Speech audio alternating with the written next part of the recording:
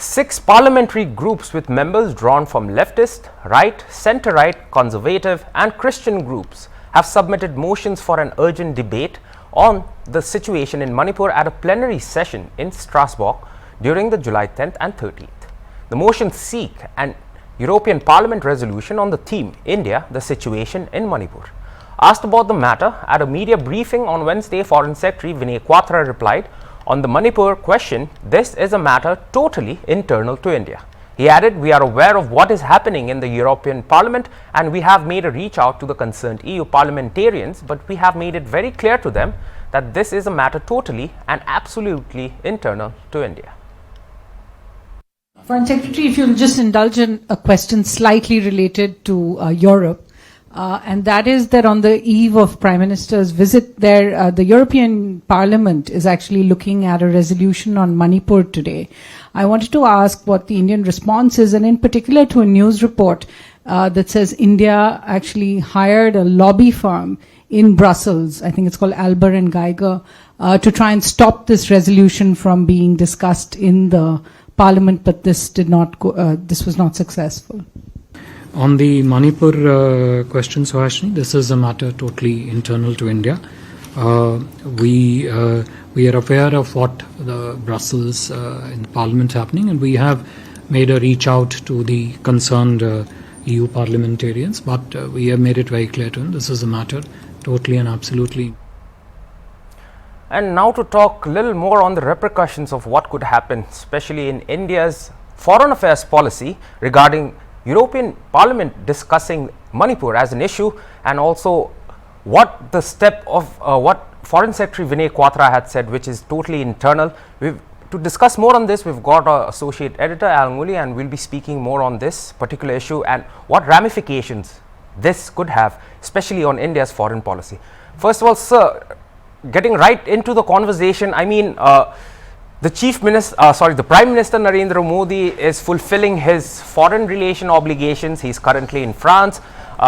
Yesterday, HornbillTV had reported about how in Aizawl, the Zo community, members of the Zo community held a protest against the silence of the Prime Minister over the issue, the violence in Manipur. And now we have a lot of Section 2 complaining about the silence of Prime Minister also. But now, leaving all that aside, leaving all the internal discussions aside, the European Union Parliament, or basically the European Parliament, is actually going to be discussing the Manipur issue in the Parliament, and under the theme India, the story of Manipur. So what repercussions could this have on India's foreign policy, and is this internally right or morally right for the European Parliament to be discussing a matter which, as Foreign Secretary Vinay Quatra had said, that the matter is totally and absolutely internal? So do you think this is kind of right? Yeah, this is not the first time that the European Union has taken up issues that are not specific to the European regions.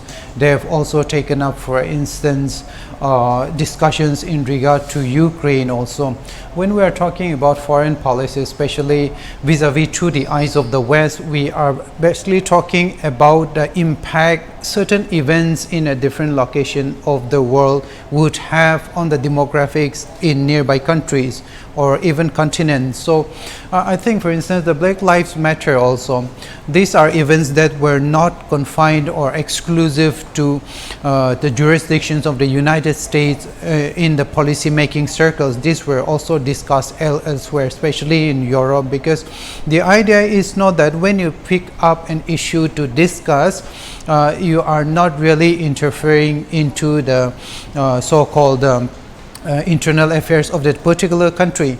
You are actually trying to measure, give it a yardstick that you will be able to measure its impact, its future impact, and its immediate impact on not only the economy of that particular country, but also on its neighbors, which can spread. I think the COVID pandemic was the biggest example of how foreign policies work in that sense. For example, in December 2020, we were reading and writing about how there was an unknown influenza virus that was going on in China, and it didn't bother us. But in about 7 months, it was all over the world. We had lockdowns here. So when we are talking about the European Union discussing what is going on in Manipur and India, it is not to say it is interfering, because the European Union, with its many and diverse communities within that region, it will have to tackle similar issues. France is right now trying to regain control of the streets. It is trying to establish a sense of normalcy in France because of what people have done. That we have had about a week of rioting in France. So we are talking about illegal immigrants. Something that happened in Paris could one day eventually be the same upheaval might be experienced in Zurich, because Zurich also has a lot of immigrants, for example. It could be in Rome the next day, and before we know it, it could be in Delhi. So these are not these issues are not specific to a country, and I'm not talking in political terms, policy terms, but I'm talking about the impact similar incidents happening in, let's say, the UK or US or elsewhere. So I think it is just a matter of policy making exercise for the European Union to be talking about Manipur at this point, Akive. All right, sir. Unfortunately, the violence has been ensuing. It's now crossing 2 months. It's crossing the 70-day mark, and the situation still seems to be really grim. Right. Now, regarding this Manipur violence, I mean, it's somehow getting a very foreign connection to it too. I mean, today it's the European Union who in the Parliament will be debating on the topic Manipur. And just a few days back, to get to your attention too, sir, I mean, like, we had the US ambassador to India, Eric Garcetti, who, when asked about the situation in Manipur, said that the US is ready to assist the center in bringing about normalcy back to Manipur, and he also wished for peace to be achieved as soon as possible. And then after which he faced a backlash from Congress leader Manish Tiwari, which said, like, it's quite strange for the ambassador of US to be speaking on an internal matter of India. Sir, if history has taught us well, or if history has taught us anything, I mean, do you find that the US unnecessarily pokes their nose into issues that do not concern them? I mean, we have pretty good examples of it. I mean, if you look at the Middle East, that I think could be one of the biggest examples. But he also mentioned that it is not about whether you are a Christian or this or that, but it's more about humanity. So what is your point of view over Eric Garcetti's comment saying that they are ready to assist the center to bring back normalcy in Manipur, sir? Do you think that could happen? Yeah, I think there are two ways to this, Akivi. First thing, Garcetti misunderstood what the Manipur situation was, because when we are talking about international relations and the role of the United States as a big brother across the world, you're basically talking about civil wars, major events that encompass governments and civil societies. So I believe we can forgive him in that he might not even know where Manipur is. So when you are pitched a question like that, I think as a diplomat, your first reaction is political correctness, Akivi. Yes. And what do you say? You know, you can't just start saying, oh, we don't know what Manipur or where Manipur is. We don't know what is going on in there. So I think it was a spur of a moment response for the diplomat there, Akivi. That is first thing. And second thing is, when as a diplomat you are asked about angles of solution that you might apply to certain situations in a country, in your host country, then your automatic response will have to be something that is inclined towards the positive, right? So he wouldn't just, even though he might not know what Manipur situation is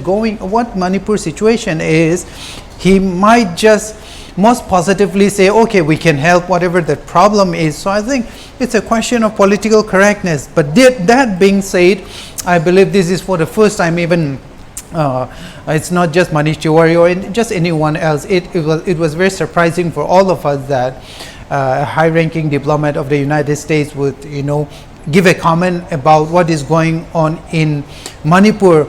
And the reason is that when you are in your host country, normally diplomats are not expected, and in fact they're discouraged from giving comments in regard to hyperlocal issues. So this is considered an infringement in the host country's internal affairs. So diplomats are always discouraged from giving statements or opinions in regard to what might be going on in the country that demands administrative intervention, for example, legislations of the host country, for instance, or establishment of security apparatuses by the governments in regard to whatever issues or conflict might be going on in the host country. So diplomats are always discouraged, and this is even written down. Article 41 of the Vienna Convention for International Relations and Foreign Relations, which is the cornerstone of all diplomatic interactions, especially in regard to how they interact with the host countries. It says that diplomats are not supposed to give comments on anything that is within the jurisdiction of the host country.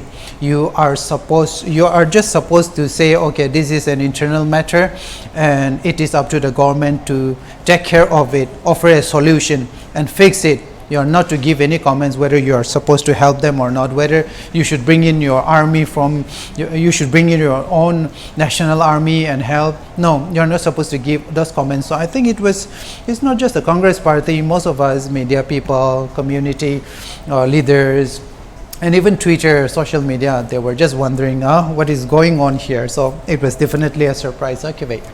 All right, sir. Now coming to a very general perspective, I mean, I want to correct myself over my statement I made during my introduction. So the violence in Manipur has now crossed 3 months and not 2 months, sir. So right. That is the correctness that I would like to make. And also regarding this, sir, the violence started May 3rd, and we've had a host of leaders from both communities speaking to the national media, speaking to state media. So you had the opportunity to interview leaders.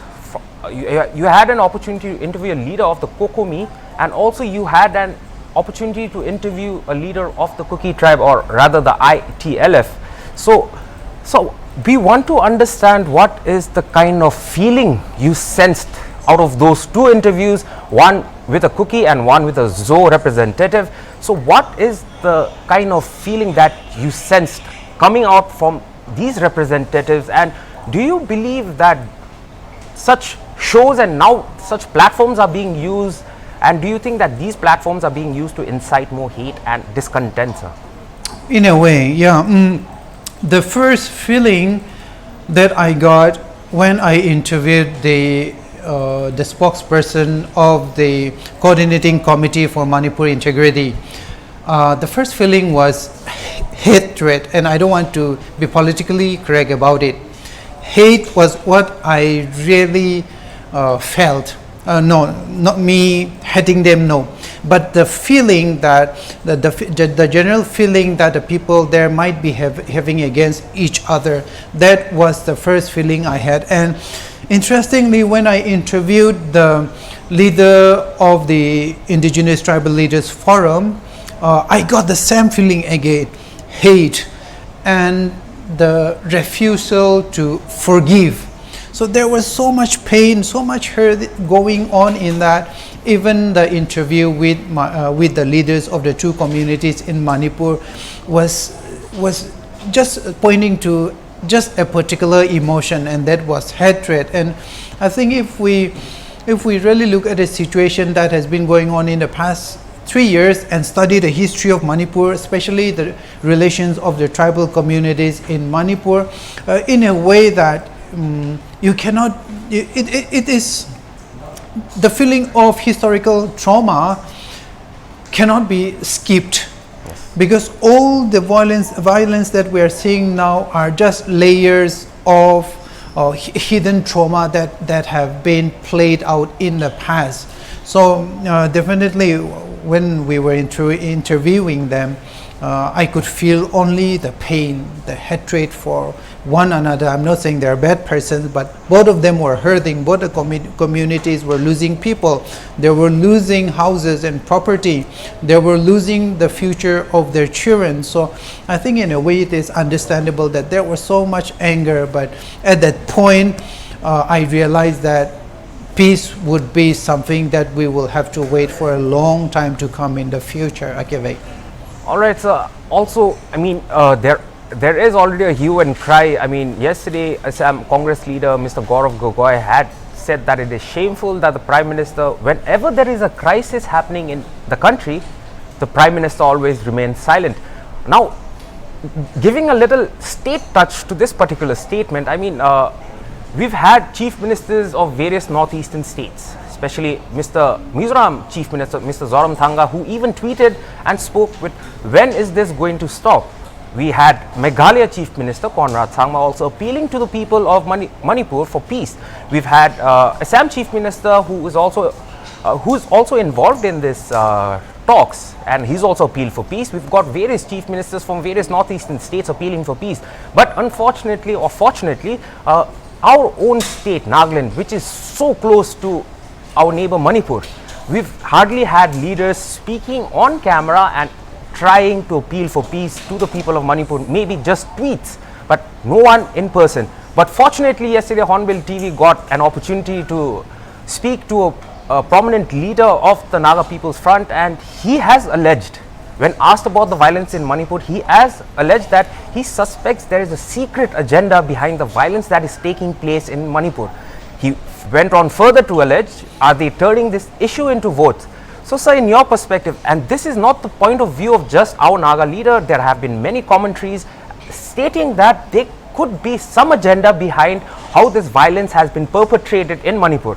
So, sir, according to your point of view and according to us, I mean, literally taking stock of the situation ever since May 3rd, do you also suspect that there could be a certain type of agenda behind what is happening in Manipur, sir? Yeah, I think right now it is one thing to have conspiracy theories at this moment, Akivi. Yes. And I think that is a very natural reaction of people, whether you are a government leader or you are just a common citizen, especially because the violence has been going on for 3 months now. The Prime Minister has not yet commented on this.